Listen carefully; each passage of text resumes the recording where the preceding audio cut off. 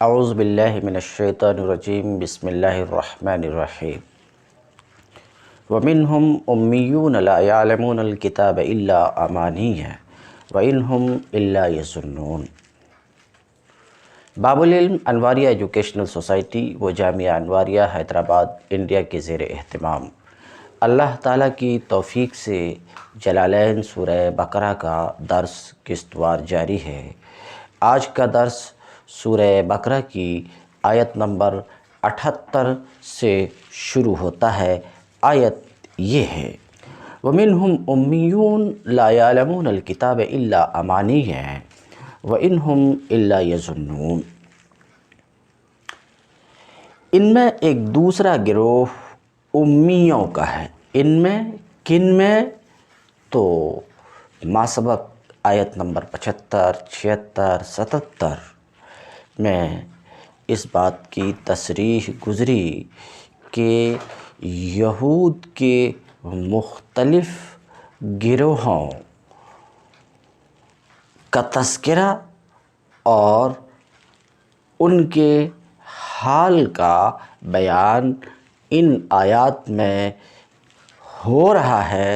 تو 75، 76، 77 ان تین آیتوں میں تین گروہوں یہود کے تین گروہوں کا ذکر ہوا۔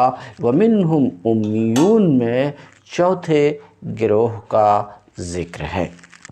تین گروہ جن کا ذکر ہوا ان میں پہلا گروہ علماء کا ہے، علماء یہود کا۔ دوسرا گروہ منافقین یہود کا، اور تیسرا گروہ قائدین و رؤساء یہود کا۔ تو تین گروہ کا تذکرہ اس سے پہلے کی آیات میں ہوا، اور یہود کا ایک چوتھا گروہ عوام کا ہے، اس کا یہاں پر ذکر کہ عوام کا کیا حال ہے۔ تو اللہ رب العزت فرماتا ہے وَمِنْهُمْ أُمِّيُّونَ، ان میں ایک دوسرا گروہ امیوں کا ہے، یعنی یہودیوں میں ایک دوسرا گروہ ناخواندہ یہودیوں کا ہے، جن کو آپ عوام کہہ سکتے ہیں۔ اس کی امیون کی تفسیر مصنف عوام سے کر رہے ہیں کہ ان میں ایک دوسرا گروہ امیوں کا ہے، یعنی امیوں کا ہے، یعنی عوام کا ہے۔ لا یعلمون الکتاب، جو کتاب کا کتاب الکتاب پہ الف لام عہد کے لیے ہے، اور ماہود تورات ہے۔ لا یعلمون الکتاب اسی لیے کتاب کی تفسیر انہوں تورات سے کر رہے ہیں، کر کے مصنف اشارہ کرنا چاہ رہے ہیں کہ لام عہد کے لیے ہے، لام عہد کے لیے ہے۔ جو کتاب کا تو علم نہیں رکھتے ہیں، تورات کا تو علم نہیں رکھتے ہیں، الا امانی ہے، کتاب کا تو علم نہیں رکھتے ہیں، الا امانی ہے، بس اپنی بے بنیاد امیدوں اور آرزوؤں کو لیے بیٹھے ہیں۔ الا کی تفسیر لیکن سے کر رہے ہیں۔ لیکن امانی ہے، بارہا یہ بات گزر چکی ہے کہ الا کی مصنف کی عادت اپنی اس کتاب میں یہ ہے کہ الا کی تفسیر لیکن سے کر کے اشارہ کرنا چاہتے ہیں کہ الا یہاں جو ہے وہ استثناء انقطاع کے لیے ہے، یعنی امانی ہے، مستثنی منقطع ہے۔ اس بات کی طرف اشارہ کرنے کے لیے اپنی عادت کے مطابق لیکن سے تفسیر کر رہے ہیں، لیکن امانی ہے۔ بہرحال مختصر بات یہ الا امانی ہے، الا کی تفسیر لیکن سے کر کے اشارہ کرنا چاہ رہے ہیں اپنی عادت کے مطابق کہ یہ مستثنیٰ منقطع ہے، کیونکہ یہی ان کی عادت ہے کہ مستثنیٰ منقطع اگر الا استثناء انقطاع کے لیے ہو، انقطاع کے لیے مستثنیٰ منقطع ہو، تو ایسی صورت میں الا کی تفسیر انہوں کس سے کرتے ہیں؟ لیکن سے کرتے ہیں۔ تو اس کا مطلب یہ ہوا کہ امانی مستثنیٰ منقطع ہے، اور مستثنیٰ منقطع آپ کو معلوم ہے کہ مستثنیٰ من کے جنس سے نہ ہو، اور یہاں ایسا ہی ہے کیونکہ امانیہ امنیہ کی جمع ہے، جس کے معنی لغت میں بے بنیاد آرزو، تمنا ہے۔ امنیہ بے بنیاد آرزو، تمنا، چاہت، جھوٹی بات، یہ لغت میں اس کے معنی ہے، اور یہ سب کتاب کے جنس سے نہیں ہے۔ بے بنیاد آرزویں، تمنائیں، بے بنیاد امیدیں اور جھوٹی باتیں یہ کتاب کے جنس سے نہیں ہے۔ اس لیے الا امانیہ میں الا استثناء انقطاع کے لیے ہے۔ کہتے ہیں جو کتاب کا یعنی تورات کا تو علم نہیں رکھتے، بس اپنی بے بنیاد امیدوں اور آرزوؤں کو لیے بیٹھے ہیں، اکاذیب یہ تفسیر کر رہے ہیں امانی کی، اور آپ نے سنا امانی امنیہ کی جمع ہے، جس کے معنی جھوٹی بات، بے بنیاد آرزو، بے بنیاد تمنا ہے۔ بس اپنی بے بنیاد امیدوں اور آرزوؤں کو لیے ہوئے بیٹھے ہیں، جھوٹی باتوں کو لیے ہوئے بیٹھے ہیں، جن جھوٹی باتوں کو یہ حاصل کیے ہیں، جن جھوٹی باتوں کو یہ حاصل کیے ہیں اپنے رؤوسا سے، اپنے قائدین سے، اور ان پر اعتماد کر بیٹھے ہیں۔ یہ حال ہے عوام یہود کا کہ کتاب کا علم ان کو ہے نہیں، بس اپنے ٹھگو قائدین سے، ٹھگو رؤوسا سے کچھ باتیں سن لیے ہیں، انہیں پر اعتماد کر کے بیٹھے ہوئے ہیں۔ وَإِنْهُمْ إِلَّا يَظُنُّونَ اور محض وہم و گمان پر چلے جا رہے ہیں۔ کون؟ یہ امیین، ناخواندہ عوام یہود۔ یہ ان کے عوام کا حال تھا، علم کتاب سے کورے تھے، کچھ نہ جانتے تھے کہ اللہ نے اپنی کتاب میں دین کے کیا اصول بتائے ہیں، اخلاق اور شرع کے کیا قواعد سکھائے ہیں، اور انسان کی کامیابی و ناکامی کا مدار کن چیزوں پر اللہ نے رکھا ہے۔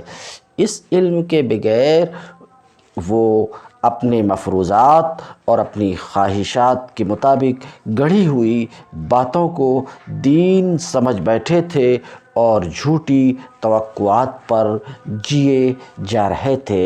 وَإِنْهُمْ إِلَّا يَظُنُّونَ محض وہم و گمان پر چلے جا رہے ہیں۔ کس سلسلے میں؟ نبی کریم صلی اللہ علیہ وسلم کی نبوت کے انکار کے سلسلے میں۔ نبی کریم صلی اللہ علیہ وسلم کی نبوت کا عوام یہود انکار کرتے تھے، اور یہ انکار کرنا اپنی جھوٹی امیدوں، جھوٹی معلومات کے بنا پر بھی تھا، جو ان کے قائدین نے ان کے دماغوں میں بٹھا رکھا تھا۔ مثلاً ان کی کتاب تفصیل آ رہی ہے کہ تورات میں نبی کریم صلی اللہ علیہ وسلم کے جو صفات، آپ صلی اللہ علیہ وسلم کی جو نعت تھی، آپ صلی اللہ علیہ وسلم کی جو صفت بیان کی تھی، ان کے علماء نے انہیں اس کو بدل دیا تھا، اور بدل کر وہی بات عام لوگوں کے ذہن میں بٹھا دیا تھا۔ عام لوگ جب دیکھتے کہ وہ بات محمد مصطفیٰ صلی اللہ علیہ وسلم پر نہیں پائی جاتی، تو آپ کی نبوت کا انکار کرتے تھے۔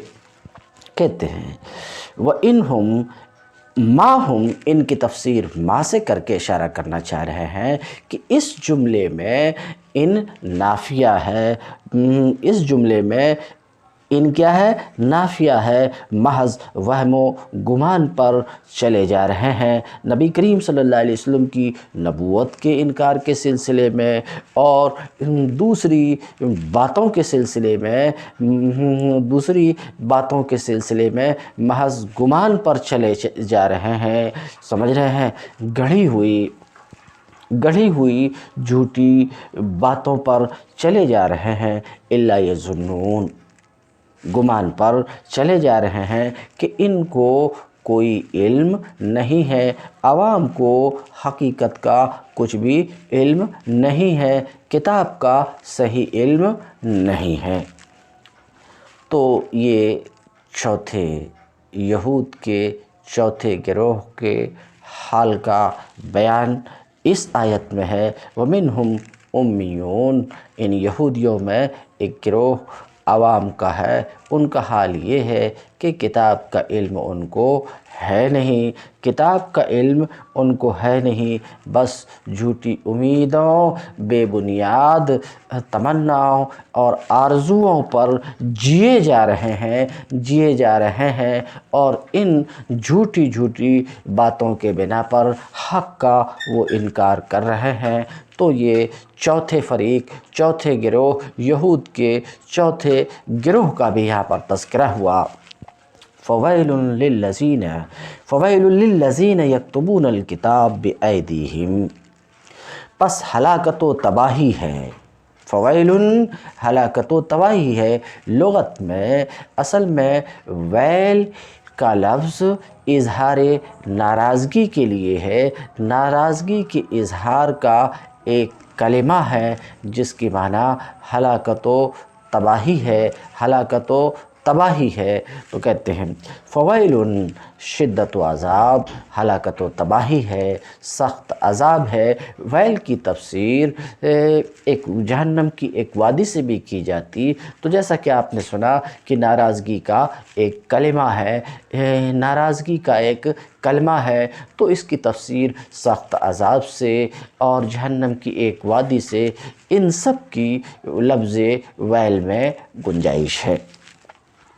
فویل للذین یکتبون الکتاب، تو ویل ہے، ہلاکت و تباہی ہے، ہلاکت و تباہی ہے، سخت عذاب ہے، سخت سزا ہے۔ کن کے لیے؟ للذین یکتبون الکتاب بایدیہم، ای مختلقا، تو سخت عذاب ہے، ہلاکت و تباہی ہے۔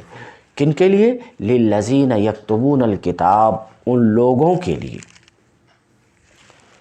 جو اپنے ہاتھوں سے شرع کا نوشتہ لکھتے ہیں، جو اپنے ہاتھوں سے شرع کا نوشتہ لکھتے ہیں، جو اپنے ہاتھوں سے کتاب لکھتے ہیں گڑھ کر، اپنے ہاتھوں سے کتاب لکھتے ہیں، اے مختلقہ، گڑھ کر، یعنی اپنی طرف سے گڑھ کر کے لکھتے ہیں شرع کا نوشتہ۔ ثم یقولون، پھر لوگوں سے کہتے ہیں۔ آپ سمجھ سکتے ہیں یہ لکھنا یہ کن کا کام ہے؟ علماء کا کام ہے۔ یعنی یہود کے علماء اپنے پاس سے گڑھ کر لکھتے ہیں، اپنے پاس سے گڑھ کر کتاب لکھتے ہیں، شرع کا نوشتہ لکھتے ہیں، اور پھر اپنے عوام سے، اپنے ماننے والوں سے کیا کہتے ہیں؟ ھذا من عند اللہ، گڑھ کر اپنے پاس سے لکھے ہیں، کتاب اپنے پاس سے لکھے ہیں اور لوگوں کو بتاتے ہیں ھذا من عند اللہ، یہ کتاب لوگوں کو بتاتے ہیں، لوگوں سے کہتے ہیں کہ یہ اللہ کے پاس سے آیا ہوا ہے، ھذا من عند اللہ۔ لوگوں سے کیا کہتے ہیں؟ کہ یہ اللہ کے پاس سے آیا ہوا ہے، ایسا انہوں کیوں کرتے ہیں کہ اپنے سے گڑھ کر کے لکھتے ہیں اور لوگوں کو بتاتے ہیں، لوگوں سے کہتے ہیں کہ یہ نوشتہ، یہ کتاب اللہ کے پاس سے آئی ہوئی ہے۔ ایسا انہوں کس غرض سے کرتے ہیں؟ لِيَشْتَرُوا بِهِ ثَمَنًا قَلِيلًا، تاکہ اس کے معاوضہ میں تھوڑا سا فائدہ حاصل کر لیں، یہ ان کے علماء کے متعلق ارشاد ہو رہا ہے۔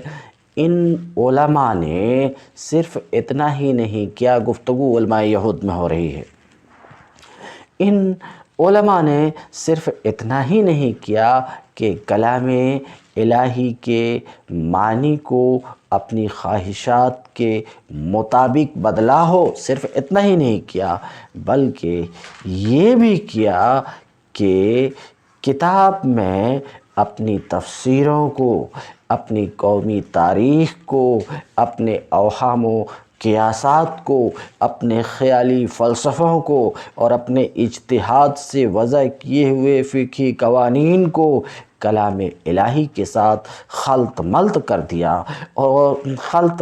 دیا اور یہ ساری چیزیں لوگوں کے سامنے اس حیثیت سے پیش کی کہ گویا یہ سب اللہ ہی کی طرف سے آئی ہوئی ہیں۔ ہر تاریخی افسانہ، ہر مفسر کی تعویل، ہر متکلم کا الہیاتی عقیدہ اور ہر فقیہ کا قانونی اجتہاد جس نے مجموعہ کتب مقدسہ میں جگہ پالی، اللہ کا قول، اللہ کا کلام بن کر رہ گیا، اس پر ایمان لانا فرض ہو گیا۔ اس سے پھرنے کے معنی دین سے پھرنے کے ہو گئے۔ کہتے ہیں لِيَشْتَرُوا بِهِ ثَمَنًا قَلِيلًا، تاکہ اس کے معاوضے میں تھوڑے سے فائدے حاصل کر لیں، دنیا کے فائدے۔ یہ کون ہیں؟ وَهُمُ الْيَهُودُ، اور یہ علماء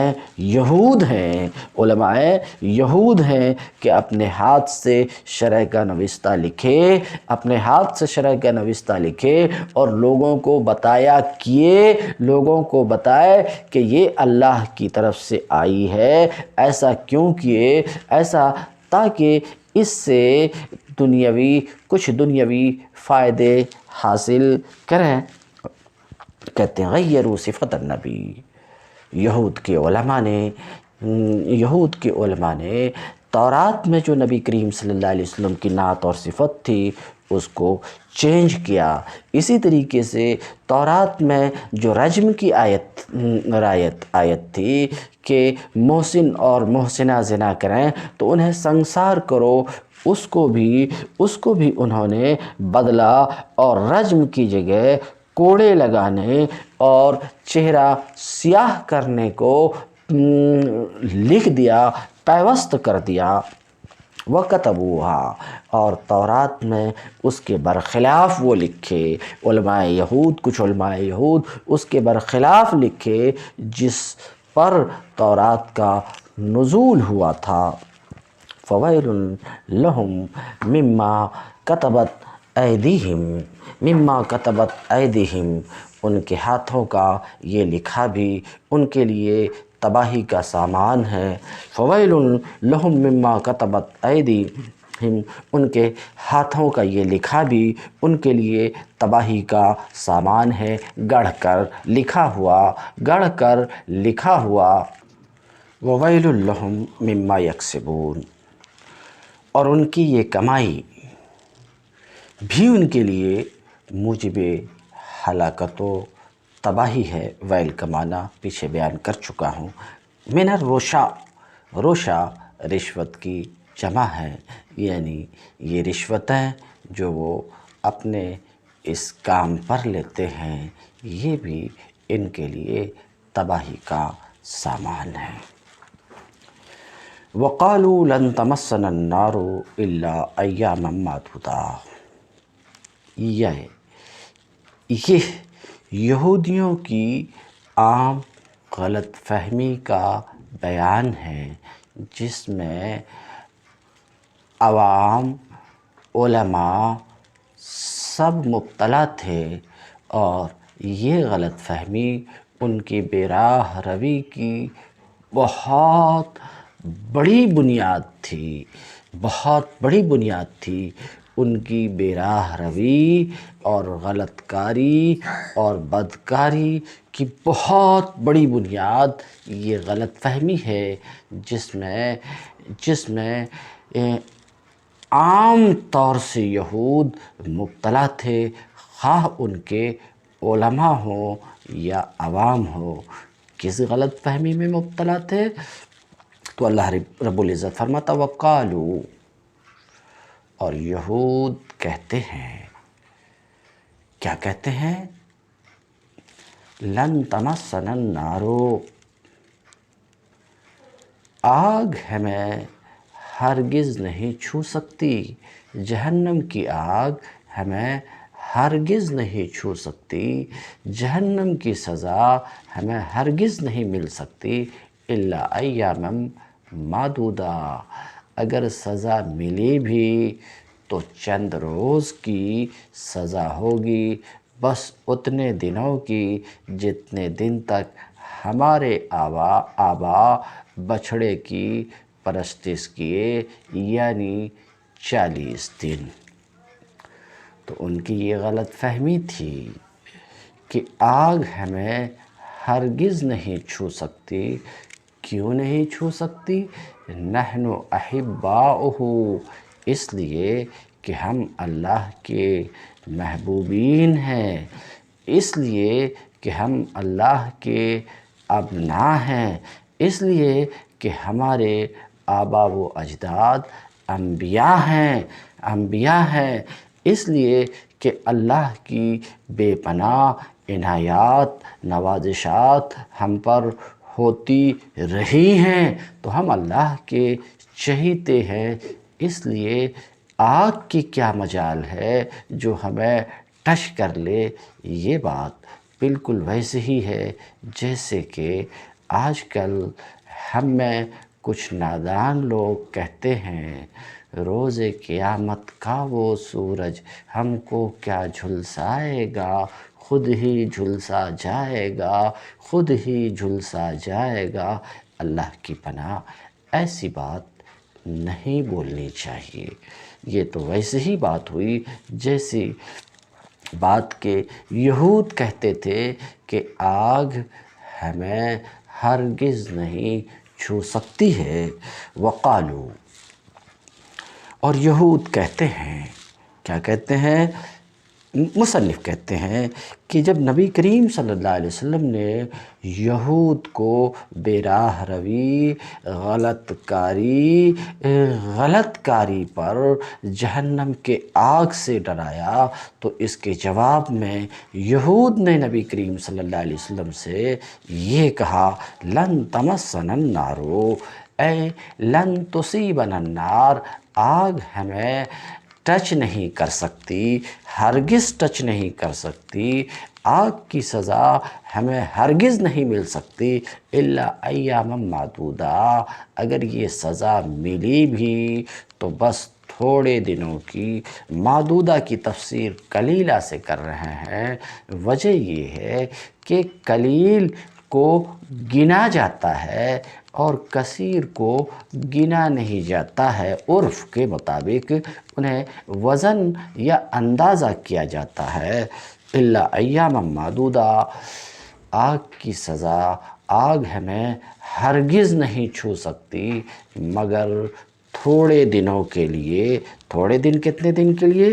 زیادہ سے زیادہ 40 دنوں کے لیے، یعنی 40 دن جو ان کے آبا کے بچھڑوں کو عبادت کی مدت ہے، جس کی تفصیل پیچھے گزر چکی ہے کہ جب حضرت موسیٰ علیہ السلام طور پر گئے تھے 40 دن کے لیے، تو اس اثناء میں ان کے آبا سامری کے بہکانے سے بچھڑے کی عبادت کیے، تو یہودیوں کا ایسا ماننا تھا کہ آگ ہرگز ٹچ نہیں کر سکتی، اگر آگ کی سزا بھی ملی تو تھوڑے دنوں کے لیے، یعنی اتنے دنوں کی مقدار جتنے دن ان کے آبا و اجداد بچھڑے کی پرستش کیے، یعنی 40 دن، ثم تزول، پھر یہ سزا ختم ہو جائے گی، یہ سزا دائمی ہمارے ساتھ نہیں ہو سکتی۔ اللہ رب العزت فرماتا ہے قُلْ اتخذتم عند اللہ عہدا، اے نبی، اے محبوب، ان یہودیوں سے کہو تم جو اتنی بڑی بات بولتے ہو لن تمسنا النار، تم جو اتنی بڑی بات بولتے ہو ان سے کہو یہ بات کس بنا پر بولتے ہو؟ کیا تم نے اللہ سے اس سلسلے میں کوئی مضبوط عہد، پکا عہد، اللہ سے تم نے کوئی عہد حاصل کیا ہے؟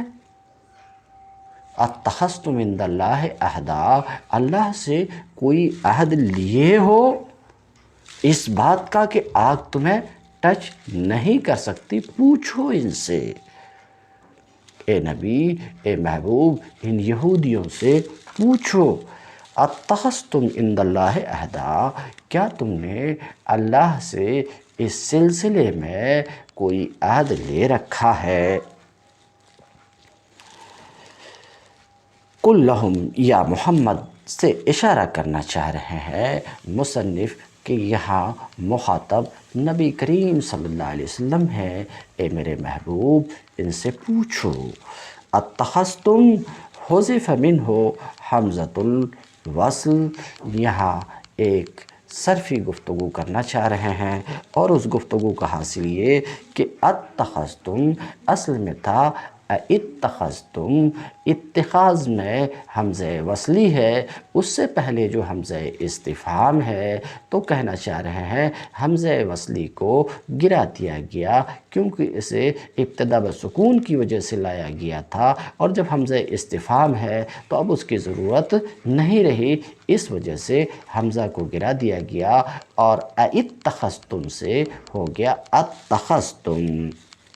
کہتے ہیں حذف منہ حمزۃ الوصل، یہاں حمزہ وصل کو گرا دیا گیا، حمزہ استفہام کے ساتھ اس کی ضرورت نہ رہنے کی وجہ سے، حمزہ استفہام کی وجہ سے اس کی ضرورت نہ رہی، حمزہ وصلی کی ضرورت نہ رہی، اس وجہ سے حمزہ وصلی کو گرا دیا گیا ہے۔ اتخذتم عند اللہ عہدا میثاقا منہ بذالک، اس سلسلے میں کیا تم نے اللہ سے کوئی مضبوط عہد لے رکھا ہے؟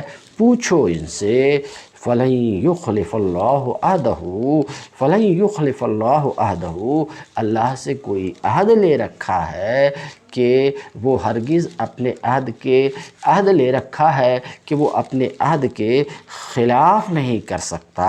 فَلَن يُخْلِفَ اللَّهُ عَهْدَهُ، یہ شرط فَلَن يُخْلِفَ اللَّهُ عَهْدَهُ شرط مقدر کا جواب ہے، یعنی ان کنتم اتخذتم عند اللہ عہدا، اگر تم نے اللہ سے کوئی عہد لے رکھا ہے پھر تو ظاہر ہے کہ اس عہد کے خلاف نہیں کر سکتا، پوچھو ان سے۔ لا، کوئی عہد تم نے نہیں لے رکھا ہے، ام تقولون علی اللہ ما لا تعلمون، بلکہ اللہ کے ذمے، اللہ کے اوپر رکھ کر ایسی بات تم بول رہے ہو، ایسی بات تم بولتے ہو جس کا خود تمہیں علم نہیں ہے۔ ام کی تفسیر مصنف بل سے کر رہے ہیں، اشارہ اس سے اس بات کی طرف کرنا چاہ رہے ہیں مصنف کہ ام ام یہاں منقطع ہے جو بل کے معنی میں ہے، اور استفہام اتخذتم میں جو استفہام ہے یہ انکار اتخاذ کے لیے ہے، یعنی تم نے اللہ سے کوئی عہد نہیں لیا ہے، سمجھ رہے، عہد نہیں لیا ہے، اور بل جو ہے وہ اضراب و انتقال کے لیے ہے۔ اسی وجہ سے حمزہ استفہام کے جواب کی تقدیر مصنف نے لا سے بیان کی، بلکہ تم اللہ کے ذمے رکھ کر ایسی بات بول رہے ہو، ایسی بات بول رہے ہو، ایسی بات بولتے ہو جس کا خود تمہیں علم نہیں ہے، جس کا خود تمہیں علم نہیں ہے۔ بلا، تمہارا ایسا کہنا، لن تمسنا النار، بلا، آخر تمہیں آگ کیوں نہیں ٹچ کرے گی، آگ تمہیں کیوں نہیں چھوئے گی، اور اس آگ میں ہمیشہ تم کیوں نہیں رہو گے؟ بلا، کیوں نہیں تم کو چھوئے گی آگ، اور تم اس آگ میں ہمیشہ کیوں کر نہیں رہو گے؟ من کسب سیئۃ، جو بھی بدی کرے گا، سیئہ، یہاں پر مصنف کہتے ہیں سیئہ سے مراد شرک ہے، جو بھی اللہ کا شریک ٹھہرائے گا، جو بھی بدی کرے گا، وَأَحَاطَتْ بِهِ خَطِیئَتُهُ، بدی کرے گا اور اپنی خطا کاری میں پڑا رہے گا، وَأَحَاطَتْ بِهِ خَطِیئَتُهُ، اور اپنی خطا کاری میں پڑا رہے گا۔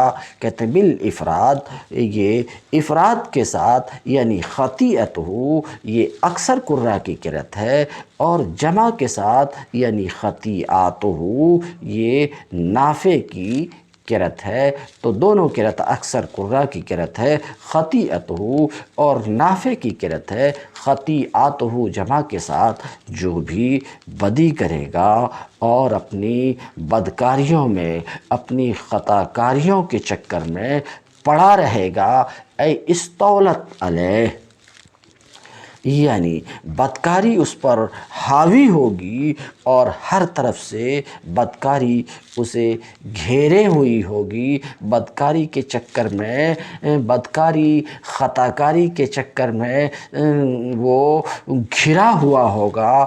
کہتے ہیں بِأَن مَاتَ مُشْرِکًا، بیں طور کہ وہ مشرک مرے گا، مشرک بن کر مرے گا۔ فَأُولَئِکَ أَصْحَابُ النَّارِ، ضابطہ صاف ہے، ضابطہ صاف ہے، کسی گروہ سے محض تعلق رکھنے کی وجہ سے کوئی جنتی، کسی گروہ کی طرف محض نسبت کرنے سے کوئی جنتی اور جہنمی نہیں ہوتا۔ جنتی اور جہنمی کے لیے ضابطہ ہے، جنتی بننے کے لیے ضابطہ یہ ہے کہ جو بھی مومن بن کر مرے گا وہ جنتی ہوگا، اور جو بھی مشرک و کافر بن کر مرے گا وہ جہنمی ہوگا۔ کسی گروہ کی طرف محض منسوب کر دینے سے اپنے آپ کو کوئی جنتی یا جہنمی نہیں بنتا۔ یہ ایک عام ضابطہ ہے کہ جو بھی مومن ہوگا، اللہ، اس کے رسول، اس کی کتاب اور آخرت، اس کے فرشتے پر جو بھی ایمان لائے گا اور حالت ایمان میں یہاں سے جائے گا، اس کے لیے جنت ہے، اور جو کفر کرے گا، اور جو شرک کرے گا، اس کے لیے جہنم ہے، چاہے اس کی نسبت کسی بھی قوم، کسی بھی علاقہ سے کیوں نہ ہو۔ کہتے ہیں فَأُولَئِکَ أَصْحَابُ النَّارِ هُمْ فِيهَا، تو یہ لوگ جہنمی ہیں۔ ایسے لوگ جہنمی ہیں کون؟ جو بھی بدی کمائے گا، جو بھی بدی کمائے گا اور اپنی خطا کاری کے چکر میں پڑا رہے گا، یہ سب لوگ جہنمی ہیں۔ ہم فیہا خالدون، وہ ہمیشہ جہنم میں رہیں گے۔ کہتے ہیں۔ اولئک جمع کا لفظ ہے، اصحاب النار جمع کا لفظ ہے، ہم فیہا خالدون یہ جمع ہے۔ یہ کس وجہ سے؟ وہاں من کسب کو مفرد لایا، واحد لایا تو بات واضح ہے، بارہا ذکر کی چکی لفظ کی رعایت کر کے کسب کو واحد لایا گیا، اور فَأُولَئِكَ أَصْحَابُ النَّارِ هُمْ فِيهَا خالد میں من کے معنی کی رعایت کر کے جمع لایا گیا۔ رُؤِیَ فِیہ معنی من، اس میں من کے معنی کی رعایت کی گئی۔ وَالَّذِينَ آمَنُوا وَعَمِلُوا الصَّالِحَاتِ اولئک اصحاب الجنہ ہم فیہا خالدون، اور جو ایمان لائیں گے، اچھے کام کریں گے، جو ایمان لائیں گے، اچھے کام کریں گے، وہ جنتی ہیں جس میں وہ ہمیشہ رہیں گے۔ تم الدرس اليوم وآخر دعوانا ان الحمد للہ رب العالمین۔